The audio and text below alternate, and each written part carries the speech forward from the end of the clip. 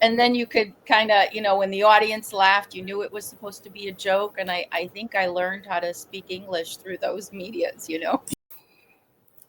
So I was born in Italy. And when I was 7, my parents moved us here to the US.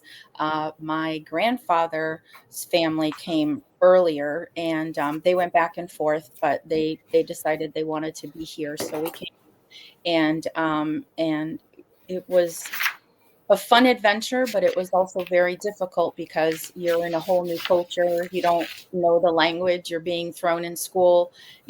Going from one school to another is one thing. It's got its own set of little, you know, traumas and things you have to navigate through. But being thrown into a brand new school in a brand new country with a whole different language was like another, you know, more stuff to deal with. So, Uh, um,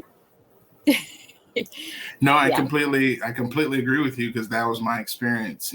Coming from a third world country to the U.S., there was a lot of things that are significantly different, and that adjustment period was, to say the least, the roughest period of my life. So I get some of the, I fully understand your perspective. Yeah.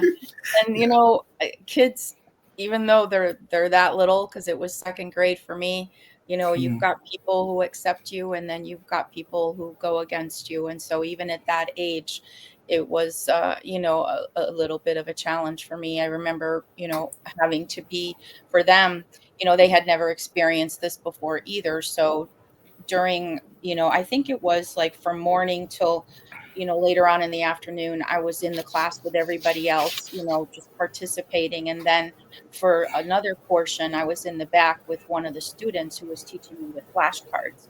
So that was mhm. like my first learning. And then I remember my grandma used to love to watch TV. She loved stories, watching stories. And I remember at nighttime, he would watch I Love Lucy. And so that was our thing together. And then you could kind of, when the audience laughed, you knew it was supposed to be a joke. And I think I learned how to speak English through those medias.